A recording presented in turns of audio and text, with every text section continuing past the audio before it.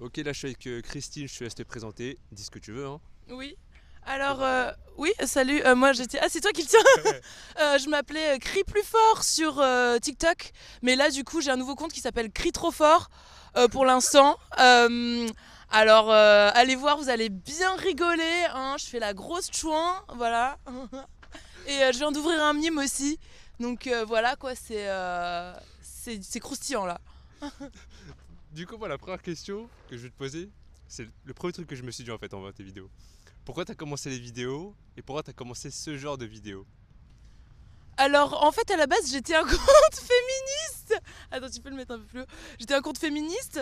Et du coup, parce que je réfléchis beaucoup, je parle de plein de sujets. Mais du coup, en fait, j'ai bifurqué sur le fait d'être une grosse timpe parce que ça fait partie de ma personnalité, de mon vécu et de mon expérience. Et je voulais un petit peu faire ouvrir les yeux au monde. Et voilà, quoi. Je sais, ça paraît un peu contradictoire, mais je voulais un peu remuer un peu la foule, tu vois. Et là, t'as bien réussi là. Ouais, c'est ça, c'est ça. Et les gens, ils savent pas trop si je suis premier ou second degré. Et ça, c'est excellent, tu vois. Ouais, mais du coup, je te la pose question. Maintenant, la question, genre, c'est un personnage que tu fais ou t'es vraiment comme ça? Ben, en fait, Tu surjoues un peu, tu surjoues un peu. oui, en fait, je surjoue ce que je suis déjà. Donc, en fait, c'est ce que je suis, mais ça devient un personnage parce que je l'accentue, tu vois. Ok. Mais du coup, la vidéo, t'avais mis le titre Confession d'une grosse teinte, c'est ça? Ouais, mon témoignage en tant que grosse timpe, où j'explique par A plus B que je suis une grosse timpe. Malheureusement, mon compte, pour l'instant, Crie plus fort a sauté. Donc, c'est Crie trop fort pour le moment. Et il y aura sur mon... Oh putain, les bâtards. Oh non, c'est chaud, est-ce qu'on bouge ou On va pas? bouger, on va bouger. Ah putain. On vient de me chier dessus là. Bon, on vient de me chier dessus, mais vas-y, on reprend. Du coup, c'est quoi déjà ta vidéo Confession d'une grosse teinte? Je Ouais. demandais, est-ce que c'est un personnage? Est-ce que tu surjoues un peu? Ben, c'est ce que je suis réellement, mais je le dis d'une façon un peu exagérée quand même, pour marquer les esprits, tu vois. Mais c'est ce que je suis vraiment, hein, en vrai. Et mon Instagram, c'est Crie plus fort aussi, donc si vous voulez voir tous mes contenus un petit peu hot, voilà. Comment ça se fait en fait? Tu t'en bats les couilles autant? Mais je crois que j'ai un problème. Mais je sais pas, en fait, je crois que j'ai pas conscience du regard des gens. Genre, en gros, j'ai conscience que de moi-même. Je sais pas si c'est de l'autisme ou un trouble de la personnalité, j'en sais rien. T'as toujours été comme ça? Pas autant que ça, mais je pense que j'ai pris beaucoup plus confiance en moi au fil du temps. Et du coup, ça me permet vraiment de me lâcher encore plus, quoi. Depuis quand est-ce qu'il s'est passé un truc, un événement qui a fait que t'as décidé de te lancer comme ça? Ben, en fait, je sais pas, en vrai, c'est un peu pour prendre ma revanche sur tous mes ex qui m'ont lynché de pute.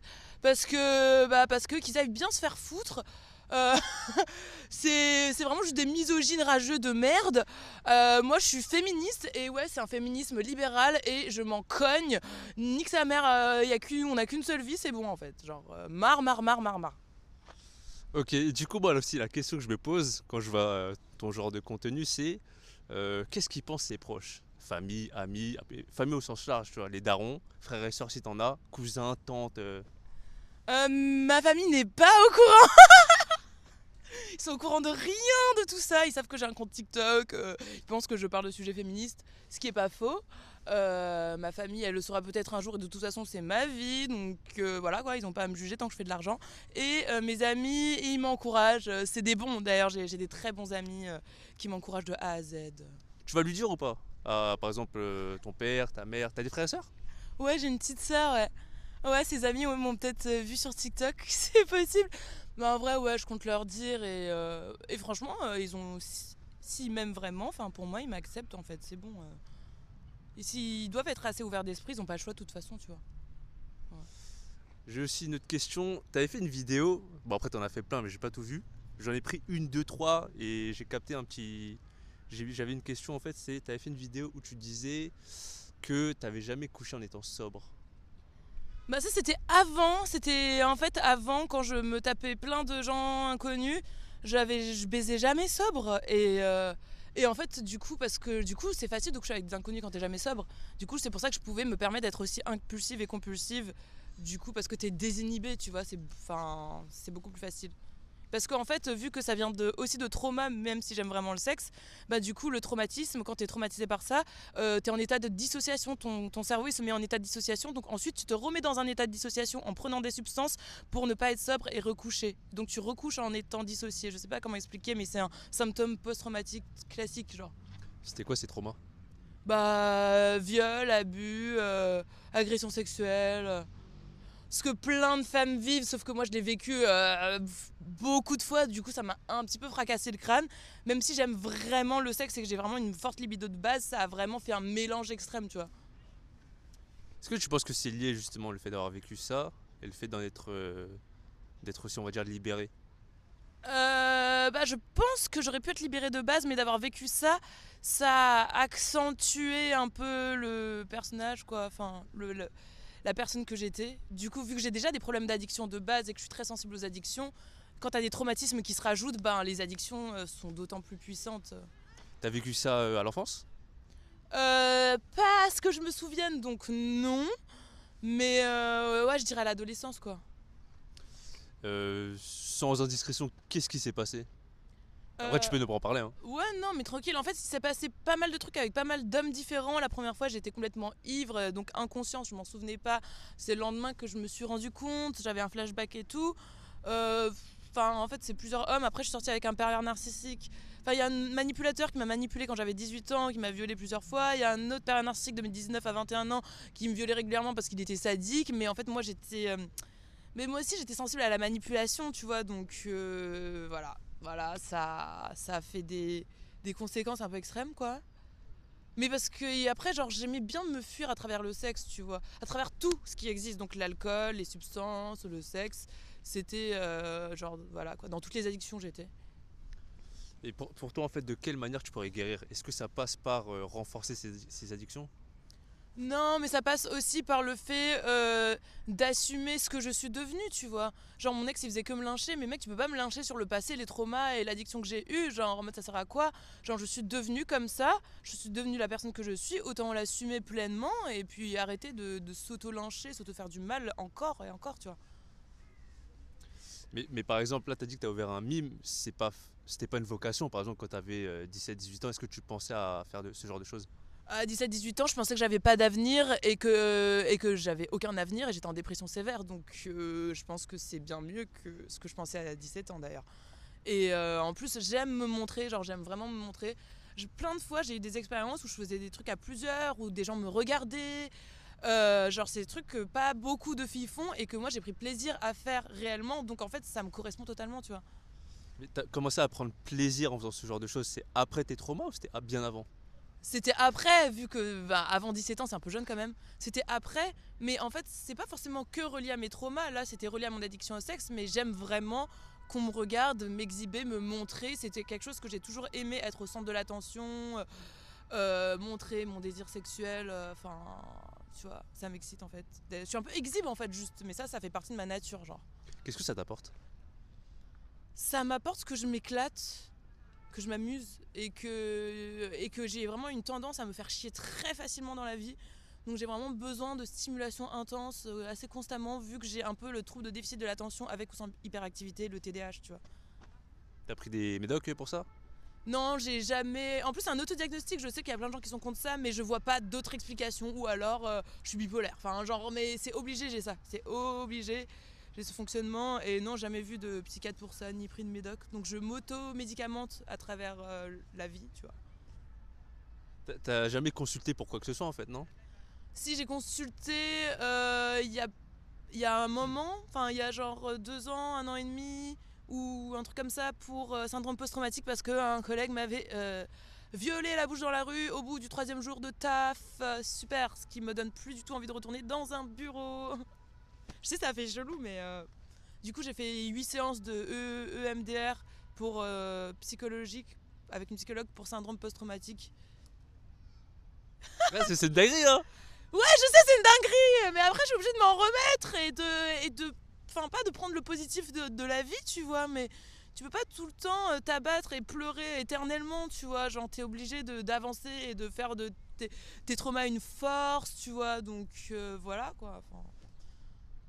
Et qu'est-ce qui s'est passé après ça? Genre, tu l'as poursuivi, t'as porté plainte ou... Non, j'ai déjà 2 plaintes pour viol sans suite. Là, j'avais pas du tout envie de porter plainte, surtout que les flics ils te regardent, mais comme si t'étais la dernière des prostituées. Alors non merci, c'est pour remettre le couteau dans la plaie et me tuer toute seule, non merci. Du coup, je l'ai dit à mon entreprise, le mec il est parti de l'entreprise. Moi je suis partie en arrêt maladie au bout de 1 mois. Il m'a rendu fou, en plus il était super pervers, il venait vers moi, il me disait bonjour Christine. Genre il me prenait trop plaisir, c'est un malade. Et du coup moi je suis devenue, j'ai fait une dépression de ouf après, et voilà. Enfin ça va, une dépression de ouf, j'ai déjà vécu des trucs durs donc ça allait même si c'était hardcore. Est-ce qu'il y a par exemple des groupes sur internet qui se forment entre anciennes victimes de viol, ou trucs comme ça, tu sais, des personnes avec qui tu peux en parler en fait? Parce que j'imagine que quand t'en parles autour de toi, il y a des personnes, tu sais, ils n'ont pas vécu ce que tu as vécu, ils vont te dire des trucs, en fait ça peut rien t'apporter. Ouais, bah non, j'ai pas fait de groupe internet, j'ai juste eu 8 séances de psy, ça allait, et puis après, ben j'ai fui dans mes addictions. Mais là, ça va mieux en fait. Et du coup, en vrai, littéralement, TikTok, c'était mon psy. Littéralement, TikTok, c'était mon psy. Et le fait que je raconte que je suis une grosse timpe et tout, et n'importe tout ce que je raconte, mon addiction au sexe, ça m'a fait énormément de bien en fait d'en parler. C'est ça qui m'a fait du bien en vrai. Le fait d'extérioriser. Ouais, c'est ça. Et je dis tout ce que je pense sur mes TikTok, et c'est littéralement mon psy en fait. Même si c'est pas professionnel, genre. Les séances de psy, t'as pas pu le faire ça? Si, j'ai fait 8 séances de psy remboursées par l'État après mon dernier trauma, ouais. Mais tu sais, parler ouvertement comme tu parles sur TikTok, tu l'as pas fait avec le psy? Si, je lui ai tout dit. Si, je lui ai tout dit, ouais. Et ça t'a moins apporté que TikTok? Si, ça m'a plus apporté, c'était plus sérieux, mais on va dire que j'ai fait que 8 séances, tu vois, alors que TikTok, j'en fais tous les jours. Donc ça m'extériorise au quotidien, tu vois, quand même. Est-ce que tes parents le savent ça? Ce qui Euh, t'est arrivé au boulot là? ouais, je leur ai dit. Ils ont trouvé que c'était une dinguerie, parce que eux, ils ont toujours travaillé, ils ont jamais vu ce genre de truc, tu vois. Mais vraiment, c'était une boîte très misogyne, en réalité, un peu à l'ancienne. Et je vais pas dire le nom parce que j'ai pas envie d'avoir de problème, mais franchement, si j'étais dans un autre monde, je l'aurais dit sans souci. Parce que c'est un problème d'éthique. Si la boîte elle tolère qu'il y ait des comportements déjà déplacés d'harcèlement de base que j'avais, c'est que c'est problématique. Hein. Mais tu sais que t'es pas la première meuf que j'entends parler de ce genre d'histoire. Hein. Tu sais, des meufs qui sont violées ou qui subissent des attouchements et tout ça dans un lieu professionnel. C'est chaud, hein? Mais c'est hyper commun. Hein. Quand je l'ai dit à ma boîte, ils m'ont dit en réalité, c'est des choses qui sont déjà arrivées. Genre en plus le genre de mec qui a un très haut poste qui va profiter du fait d'une meuf qui a un petit poste, là c'était pas mon cas, et qui va pas être viré de la boîte. Vous vous rendez compte quand même de la gravité? Genre là moi le mec il était viré parce qu'il avait pas un haut poste, il était pas viré en plus, on lui a dit de partir je pense. Mais c'est pour ça que j'ai grave la haine, j'ai archi la haine.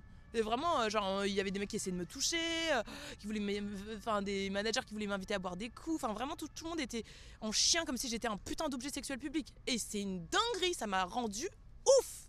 Enfin voilà. T'étais la seule meuf au taf à subir ça? Sur le moment et dans le cercle que j'avais, oui, mais vu que c'était une grosse boîte, je savais pas ce qui se passait dans d'autres cercles. Mais dans mon cercle là, sur le moment là, c'était un peu. Je crois qu'il y avait une autre meuf aussi, mais c'était pas une meuf qui travaillait en France, genre. Du coup, sur le moment, ouais, c'était que moi. Ah ouais, putain. Mais parce que j'étais la nouvelle en fait. Donc, C'est un bizutage. indirect, ouais, et puis comme c'est la nouvelle, ils savent très bien que je sais pas trop, j'ai pas ma place, donc ils en profitent, tu vois, de ta vulnérabilité. Putain. Ouais, c'est chaud le monde, c'est chaud les gens, c'est pour ça que je suis autant féministe aussi, parce que les gens faut les éduquer, les hommes faut les éduquer. Et là j'ai fait un mime parce que moi je suis mon propre objet sexuel et je suis payée pour ça, y a pas des gens qui abusent de moi gratos, je suis pas leur objet sexuel gratos comme ça, voilà tu vois, je reprends possession un peu. Et ça me donne des idées plus claires, tu vois. Mais quand tu dis faut les éduquer, c'est pas en leur donnant des contenus sexuels que ça va les calmer. Mais non, mais ça a aucun rapport. Genre en mode, c'est pas parce que on sait très bien, il y a des sites pornographiques, il y a des sites pour adultes qui existent, et c'est pas parce qu'il y a des sites comme ça qui existent que des mecs se permettent de violer des meufs dans la vraie vie. Ça a aucun rapport. Tu comprends la différence quand même. Mhm. C'est pas parce que tu regardes des films porno que le lendemain tu vas voir une meuf, tu vas la violer. Désolé, mais non. C'est pour ça que oui, il faut éduquer les hommes. Et d'ailleurs, les hommes, ils sont bien contents d'avoir du contenu pour adultes parce qu'ils se font un petit peu plaisir, même s'il ne faut pas en abuser parce que c'est pas bon pour le cerveau. En tout cas, le porno et tout. Mais ça a toujours existé, hein, le marché du sexe. Les hommes ont un peu besoin de ça, sinon ils se feraient chier aussi, tu vois. Enfin, Et selon ton expérience, en fait, pourquoi les gens ils se dirigent vers Mime, OnlyFans et pas simplement des contenus gratos sur internet? mais parce que c'est le personnage qu'ils aiment, parce qu'en réalité, les hommes sont très cérébrales. Les humains sont super cérébrales, ils ont besoin de savoir que c'est un personnage. Moi, il y a un mec qui me disait qu'il adorait le fait que je sois hyper expressive. Ils aiment la personnalité et en fait, ils ont besoin que la personne aussi, elle incarne, qu'elle ait une âme aussi, tu vois. Et je trouve que ça, c'est plutôt cool, tu vois. C'est pas déshumanisant, parce qu'au final, c'est la personne qui les intéresse, tu vois. En fait, c'est avoir un lien plutôt que regarder une meuf comme ça lambda. Ben oui, parce que les mecs sont cérébrales en réalité, tu vois. Enfin, c'est pas juste un cul, même si parfois oui, mais pas tout le temps. Du coup, en fait, en quelque sorte, tu crées du lien, tu parles avec eux, mais s'ils peuvent te voir à poil, c'est comme un bonus ou ils viennent d'abord pour ça et ensuite le fait de te parler, c'est un bonus. Bah là pour le moment, il y a plein de mecs qui viennent, ils veulent juste me voir à poil sur Mime parce que sur TikTok, je fais un grand boucan sur mon nouveau compte Crie trop fort. Mais il y a pas mal de mecs qui sont assez cool, qui sont vraiment intéressés par le personnage et qui trouvent que ça les fait vraiment marrer aussi, tu vois. Même s'ils veulent aussi me voir à poil. Mais, mais ils me déshumanisent pas, tous les hommes ne me déshumanisent pas en tout cas. Et est-ce que le fait de monétiser ton corps, en fait, ça ne renforce pas les traumas? Ben pour le moment non. Pour le moment ça ne renforce pas mes traumas, au contraire. Parce que, désolé, mais moi on a trop abusé de moi gratos. Et là je veux juste... en fait, je sais pas comment expliquer. Genre, je veux juste me faire du bien. Parce que j'aime m'exhiber, j'aime qu'on me voit, même Ken et tout. Et j'aime ça. Et je vois pas le problème, c'est la société et la morale de la société à cause de toute la religion et tout qui montre que c'est mal. Mais personnellement, je n'ai pas d'influence religieuse perso et pour le moment, ça me fait du bien, en tout cas. Peut-être plus tard, peut-être qu'un jour j'arrêterai et que je ferai autre chose. Mais pour le moment, ça me fait du bien. Est-ce que tu le ferais pour un SMIC? C'est-à-dire que tous les mois, tu as 1 200 euros, peu importe le nombre de contenus que tu postes, peu importe ce que tu fais, tu as toujours 1 200 euros qui tombent. Bah, je pourrais le faire, mais dans ce cas-là, ce sera que des photos simples, quoi. J'irai pas plus loin, je ferai le strict minimum. Ce sera à l'échelle. Là, pour le moment, je fais du contenu privé où je fais des trucs un petit peu plus ouf.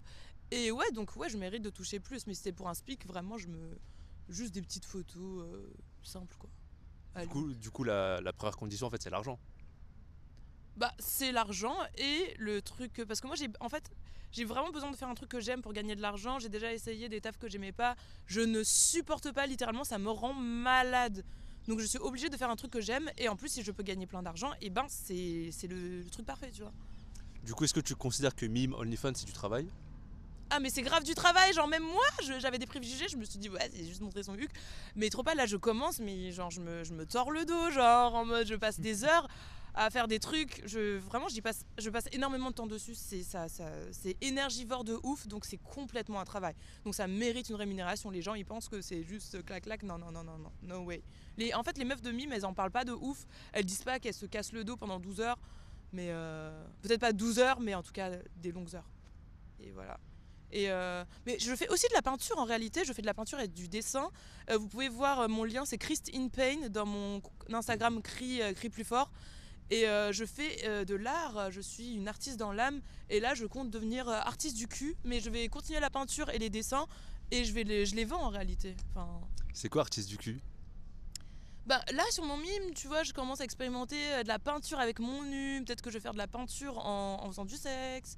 Tu vois, genre, j'expérimente des trucs.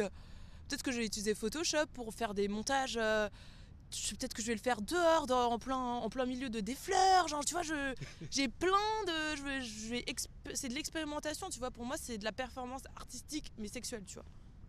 Je sais, je suis un petit peu délurée, mais enfin voilà quoi. Non, mais après, merci pour ton témoignage, hein, parce que, justement, tu l'as dit, il n'y a pas beaucoup de meufs de Mime qui osent témoigner.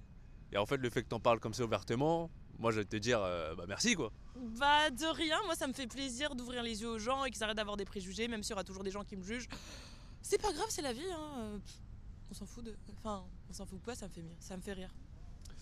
J'avais une autre question aussi, parce que j'ai vu une vidéo où j'ai cru comprendre que tu étais assez spirituel et tu disais que tu pouvais nettoyer ton énergie par rapport aux anciennes conquêtes. Oui, oui, en fait, totalement, parce que du coup, apparemment les gens ils disent ouais, quand tu couches avec trop de gens, t'as trop d'énergie en toi.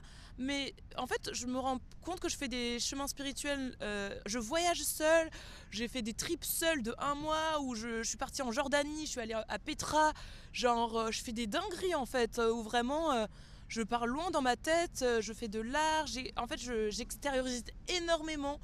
Et ça me permet d'avoir une résilience de ouf dans la vie par rapport à mes traumas, par rapport au sexe.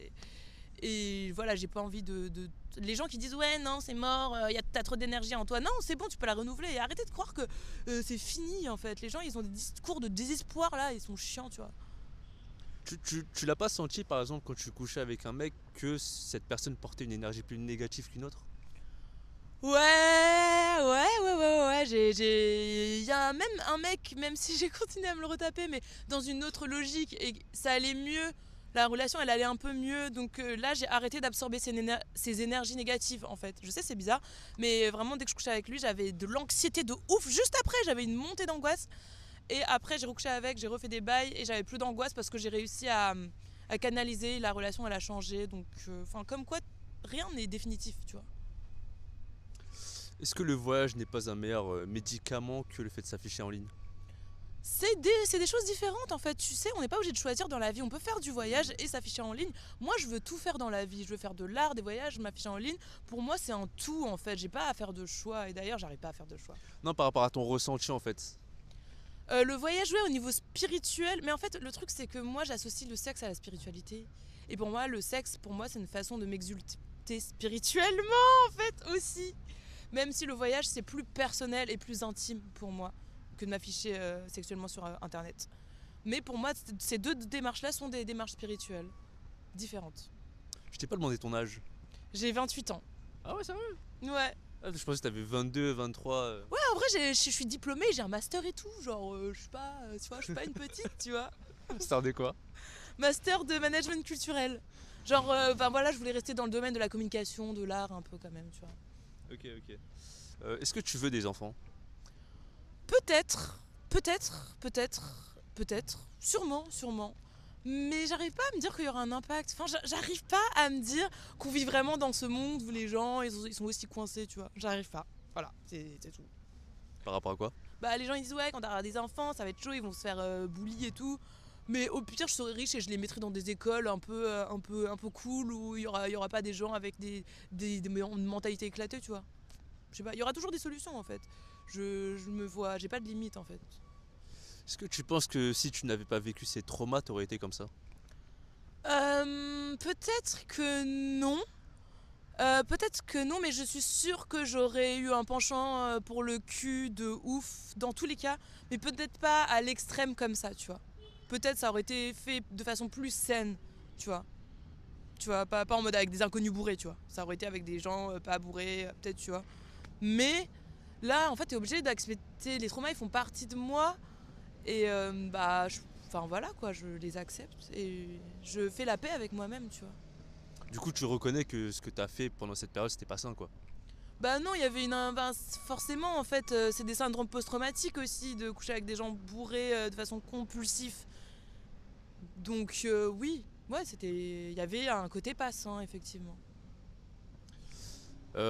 Si jamais un jour tu rencontres un gars qui veut se poser avec toi et tout ça, est-ce que tu lui diras par exemple le nombre de partenaires que tu as eu, cette période-là? Et est-ce que je peux te demander combien tu en as eu si tu t'en souviens? Ouais, là je suis à peu près. Ouais, je lui dirais tout, non mais parce que genre mon ex il m'a lynché, mais en même temps, genre il disait ouais non t'as couché avec plusieurs mecs, mais il avait la gaule en même temps quand il pleurait, genre ça a aucun sens.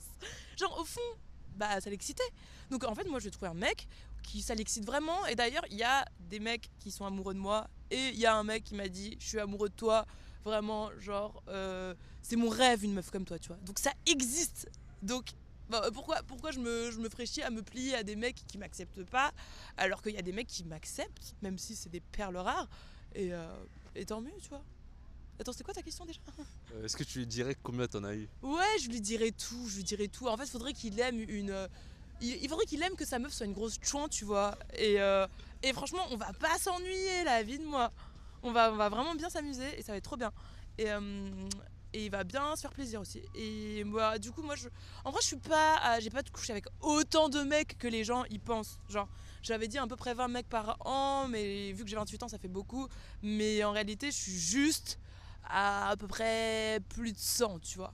J'ai pas envie de donner de chiffres plus précis parce que c'est le précieux sésame, mon chiffre précis. Je l'annoncerai peut-être quand j'aurai envie, mais plus de 100. Mais c'est pas énorme en vrai. Mais il y a plein de gens, ça les choque quand même, tu vois. Mais bon. Tu comprends pourquoi ça les choque? Mais parce qu'ils ont pas l'habitude, que les meufs elles assument qu'elles couchent. D'ailleurs, la plupart des meufs elles vont toujours diminuer le nombre pour être bien vues, pour que des mecs ils pensent pas que c'est des tempes. Donc ouais, ça va les choquer. Mais en vrai, il y a pas mal de meufs qui sont à plus de 100, même si c'est la minorité quand même, je pense. Est-ce que dans ton groupe, t'es celle qui a le plus de partenaires? Ouais. Ouais, attends, laisse-moi réfléchir. Oui, pour une meuf, ouais. Mais il y a pas mal de mecs qui sont un peu nymphos comme moi et qui ont plus de partenaires que moi, à peu près le même âge que moi aussi. Et tu penses que par exemple le fait d'avoir couché avec autant de mecs, plus de 100, ça n'a pas eu d'impact sur toi?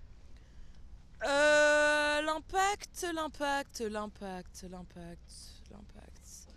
Alors, j'arrive pas trop à savoir. J'arrive pas trop à savoir s'il y a vraiment un impact. Le seul impact, c'est le côté négatif où j'ai couché avec des inconnus en étant bourré, où du coup je me suis un petit peu perdue, tu vois, ça c'est l'impact négatif. Mais sinon, non, il y a des impacts négatifs comme positifs, parce qu'il y a du positif et du négatif dans tout. Et le côté positif, c'est que bah, du coup, j'apprends à connaître les mecs et je sais ce que je veux d'un mec. Et je sais, genre, il y a plein de meufs, elles ont pas couché avec assez de mecs, du coup, elles savent pas c'est quoi un bon coup. Du coup, elles tombent sur un mec, c'est un bon coup, vas-y, elles tombent amoureuses direct, elles sont à 100 sur lui, en mode elles ont jamais eu un mec qui les mettait bien. Moi, sur 100 mecs, il y a genre, je sais pas, un pourcentage de mecs qui m'ont mis bien, et il y en a plein au final. Donc en fait, je sais comment me situer par rapport aux hommes et ce que j'attends des hommes, tu vois. C'est ça aussi qui est positif.